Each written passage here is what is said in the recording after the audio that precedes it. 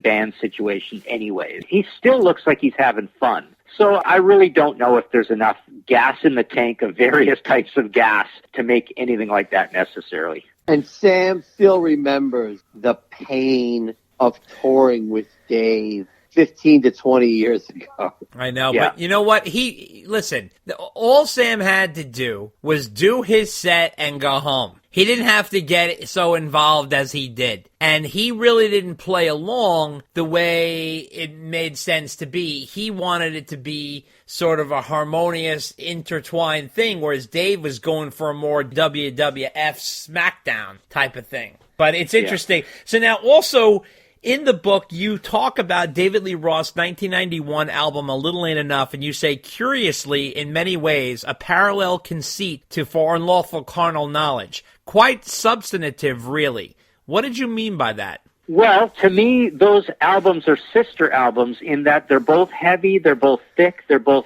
try-harder albums where, both of these bands famously, one of the beloved things about them is they never look like they're trying very hard. The albums are short. Right. Skyscraper just sounds very kind of loose and thin and just tossed off thin, like this took me no effort at all. Right. So I think those, and they're both longer albums, they're both heavier albums. To me, they really, really sound like parallel albums. They come out at the same time.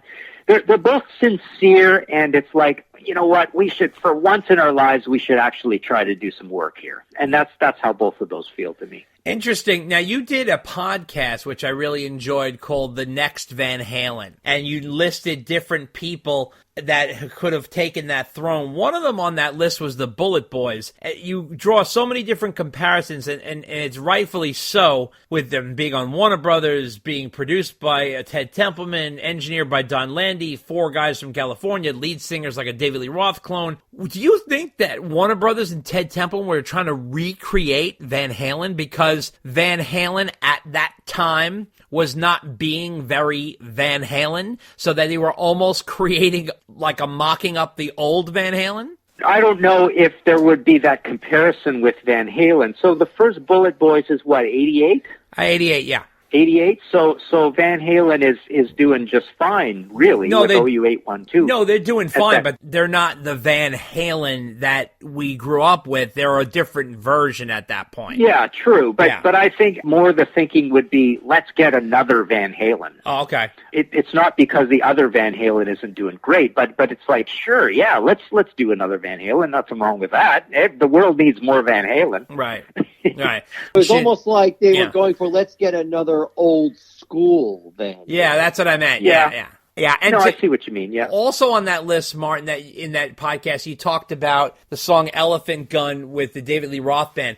When David Lee Roth came out in 1986 with Eat 'Em and Smile, he was definitely going down the Van Halen lane. The band he put together with Steve Vai, Greg Bissonette, and Billy Sheehan, he had that tight, really powerful rock band. Why do you think he made such a left turn with Skyscraper when he was clearly had a straightaway to nail that bullseye? Well, okay, first of all, I don't think there was a lot of power in Eat 'Em and Smile. I mean, the band had firepower themselves as individual players, but I think they just all were Steve Vai in that band, everybody. And that made for a really sort of screechy, thin, hysterical, loose feeling that didn't sound heavy. That's kind of the problem with both of those records.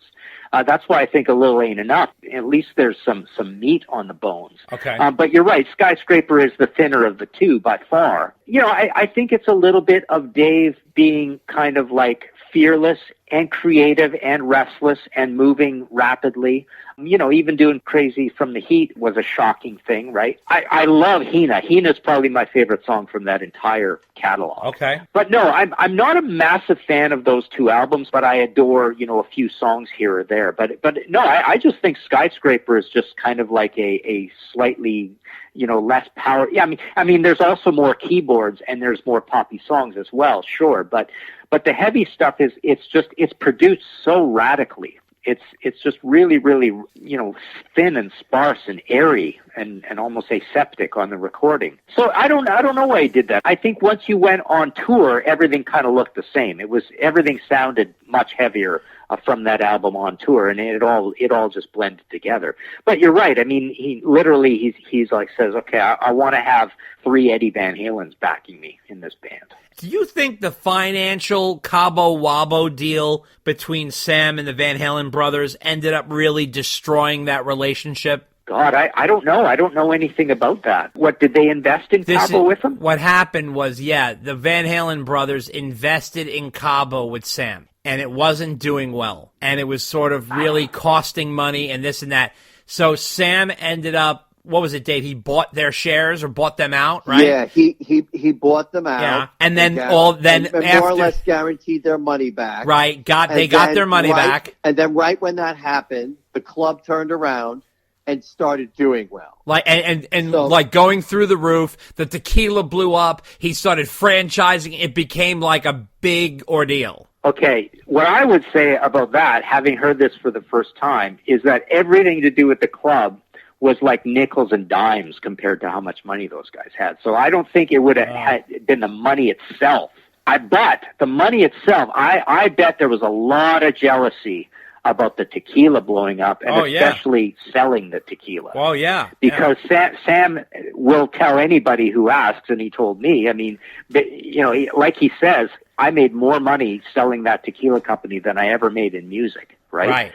So when the dollars are big, I'm sure there was some jealousy there. But, hearing this about the club itself, I mean, what it made or what it lost is chicken feed to those guys. Right. Now, you're from Canada. You know Ray Daniels, right? A little bit, yeah. A little bit. So now, what do you think his plan was for Van Halen? Do you think he forced Sam out to try to cash in on a Van Halen reunion with Dave? Yeah, his big war was just with Sam, I believe, right? I mean, those two guys did not get along at all, right? No, it was like a real knockdown, drag-out situation. In fact, I interviewed Sam in 1994 when he was putting out his unboxed greatest hits. And when I interviewed him, he was indicating that there were problems. Like, they were fighting over who was going to manage Van Halen. When Sam initially came into the band in 1985, his manager, Ed Loeffler, came in with him. So he came in and took over Van Halen.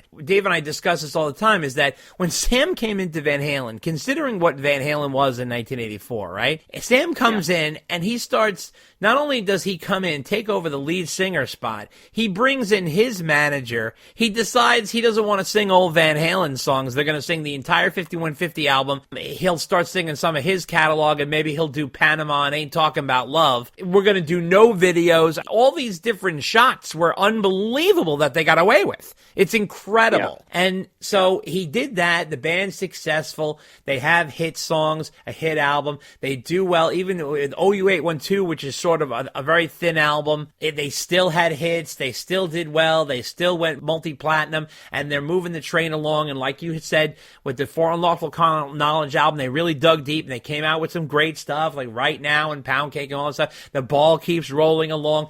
And then they ended up hitting a wall when Ed Loeffler died. His manager got sick, and it seemed like that whole barrier went down. Alex wanted his brother-in-law at the time, Ray Daniels was his brother-in-law at the time, to manage the band. I think Sam wanted Shep Gordon, who was Alice Cooper's manager. Yeah. And well, they lived near each other. Right. In Hawaii. Exactly. And that became a whole knockdown, drag-out fight. And then Sam would not be managed by Ray. So apparently there was some paperwork like Sam himself was not managed by Van Halen management. He was like separate.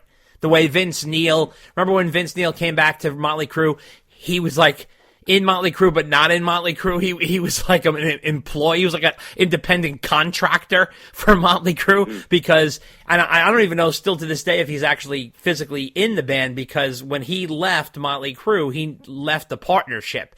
And then when he came back as an independent contractor who was salaried. I mean, that's kind of like the way they run things there. But anyway, so I wanted to ask you, in terms of that year, 1996, which there was Sam in the band, then there was Dave in the band, then there was Mitch Malloy in the band, Gary in the band. I mean, it was all within 1 year. And what do you make of the whole Mitch Malloy situation? God, I don't know. I mean, I just know that Ray is a true management type guy, and I know with the Rush guys, they were managed by Ray ever since the very beginning, when Ray essentially left home at 16, 17 years old, and he was their manager to the end. But you could always tell that the Rush guys wanted to even just stay out of that stuff and let the nasty stuff happen without soiling their own, souls in music. So I think they figured it out early on. But yeah, I don't know. I do wonder about the machinations and the stuff that goes on. If there's definitely some Machiavellianness there, but